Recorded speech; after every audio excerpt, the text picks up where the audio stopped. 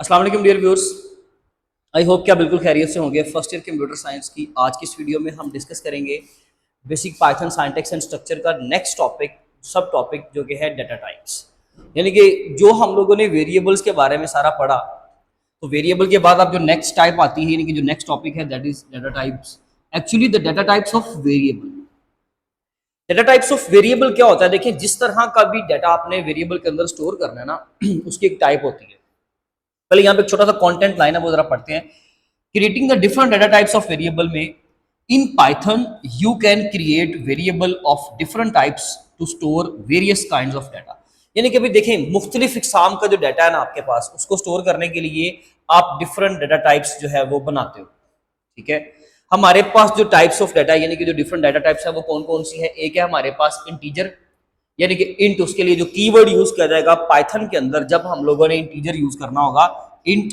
Floating point के लिए यानी कि जो अशारिये वाली वैल्यू है उनके लिए फ्लॉट, स्ट्रिंग, एसटीआर और बूलियन फॉर द बूल। मैं इसको भी एक्सप्लेन करता हूं, लेकिन अभी जस्ट बताने का मकसद ये है कि we have 4 different data types. तो एक वेरिएबल जो है वो इन चारों में से किसी भी एक तरह का, किसी भी एक टाइप का हो सकता है। उसका फैसला दो तरह से होता है।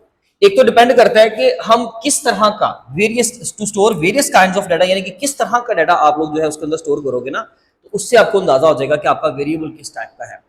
वैसे तो पाइथन के अंदर अगर हम वैसे सी लैंग्वेज की बात करें ना, तो सी लैंग्वेज, जावा की बात करो, तो हमें बाकी की अक्सर डिफरेंट प्रोग्रामिंग लैंग्वेज के अंदर डाटा टाइप बतानी पड़ती है। जैसे कि अगर मैं लेट सपोज मैं यहाँ पे एक वेरिएबल बनाता हूँ जी एक्स, तो मुझे बताना पड़ेगा कि एक्स किस टाइप का है। जैसे कि मैंने एक वेरिएबल डिक्लेयर किया एक्स, तो मैंने साथ लिखा इंट, यानी कि इंट टाइप का है ये। और अगर मैं इसको इंट टाइप का फिर नहीं ना बनाऊंगा, तो वो उसको रिस्ट्रिक्टली या तो बनाएगा फोर्सफुली या उसको एरर दे देगा। ठीक है, जैसे कि मैंने लिखा इंट, लेकिन मैंने वैल्यू कौन सी दी? अशारिये वाली, पॉइंट वाली, जो कि फ्लोटिंग पॉइंट की कैटेगरी में आता है, तो वो उसको या तो खुद से टू बना देगा या एरर दे देगा। वो डिपेंड करता है वेरिएबल वो कौन सी आप जो है वो लैंग्वेज इस्तेमाल कर रहे हो। तो यहाँ पर देखें कि हमें बाकी लैंग्वेज के अंदर ये काम करना पड़ता है, लेकिन पाइथन के अंदर हमें ये भी नहीं करना पड़ता। यही तो बात है कि इसीलिए तो इसको कहा जाता है कि सिंप्लिसिटी और उसकी रीडेबिलिटी के लिए हमने पाइथन को इस्तेमाल किया हुआ। तो देखें कि पाइथन के अंदर हमें किसी भी तरह की डाटा टाइप साथ वेरिएबल के मेंशन नहीं करनी पड़ती। लेकिन एक्चुअली द सिंटैक्स इज कि अगर हम करें तो उसका तरीकाकार ये होगा कि वेरिएबल के नाम से पहले हमें क्या लिखनी होती है? उसकी डाटा टाइप। डाटा टाइप लिखने के बाद आप वेरिएबल का नाम लिखते हो, ठीक है, एंड देन आपका जो भी वेरिएबल है और जो भी उसकी वैल्यू है, ठीक है, वो आपने कर दिया, खत्म। लेकिन यहां पर हमें डाटा टाइप अगर हम नहीं भी लिखते तो सिर्फ डाटा देंगे, वो खुद ही डिटेक्ट करेगा पाइथन आपका। पाइथन का जो भी वर्जन आप यूज कर रहे हो वो खुद ही डिटेक्ट करेगी कि आपका जो वेरिएबल है किस कैटेगरी का है, किस टाइप से बिलोंग करता है। जैसे कि मेरे पास एक वेरिएबल है एज, उसमें मैंने होल नंबर का डाटा स्टोर किया 17, उसमें पॉइंट नहीं है ना।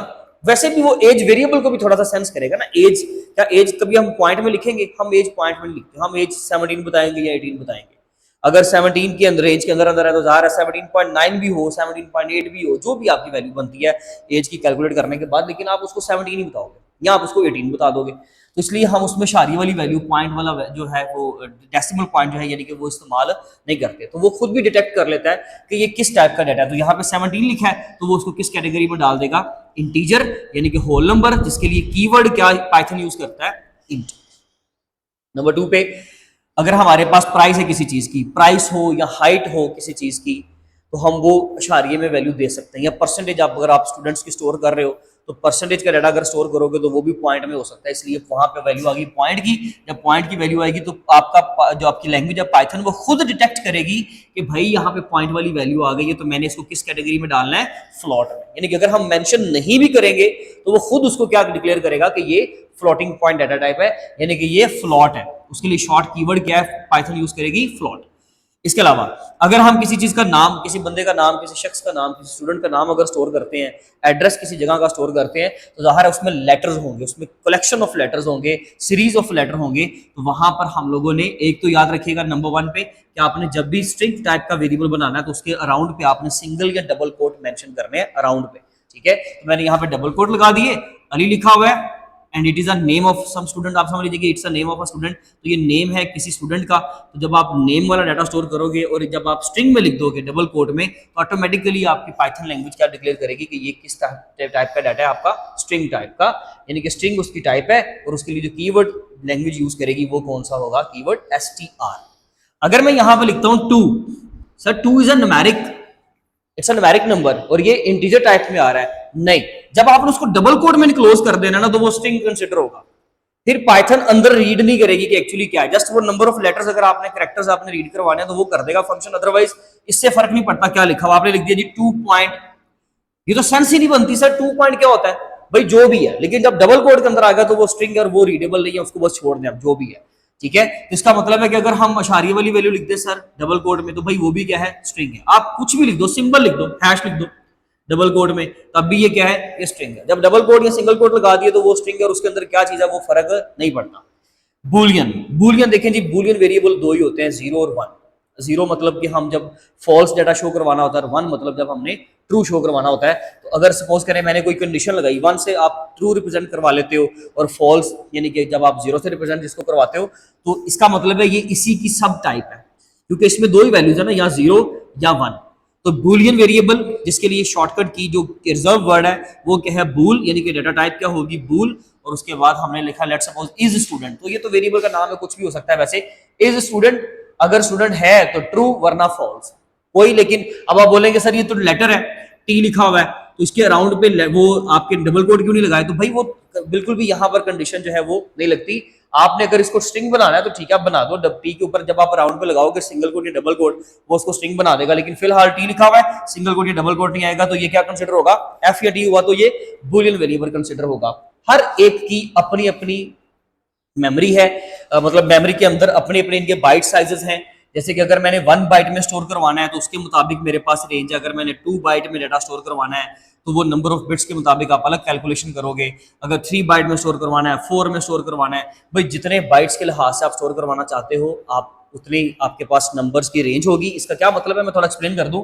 लेट्स सपोज अगर मैंने एक 8 बिट्स में डाटा स्टोर करवाना है तो 2 रेज़ टू पावर 8 कैलकुलेट करेंगे तो ये आ जाएगा 256। इसका मतलब है जी 0 से लेके 255 तक के नंबर हो सकते हैं, इसके अलावा उसमें नंबर आप यूज नहीं कर सकते। जैसे कि 17 है तो मैं कितनी बड़ी वैल्यू सर यूज कर सकता हूँ वो डिपेंड करता है, वो वर्जन पे भी डिपेंड करता है, आर्किटेक्चर पे भी डिपेंड करता है लैंग्वेज के, और फिर बाइट साइज उसके मुताबिक होगा। जैसे कि इसमें तकरीबन मोस्टली 28 बाइट साइज होता है एक वेरिएबल का, इसमें उसके मुताबिक यानी कि इसकी वैल्यू के मुताबिक, इसकी रेंज के मुताबिक, ये क्योंकि इसी की सब टाइप है तो इसमें भी तकरीबन 28 होता है। स्ट्रिंग में हमारे पास उसके अकॉर्डिंगली होता है, इसमें मोस्टली वैसे 49 कैरेक्टर्स होते हैं, 49 बाइट साइज होता है, साथ में एक आस्की कैरेक्टर के अकॉर्डिंगली वो 1 बाइट ले लेता है।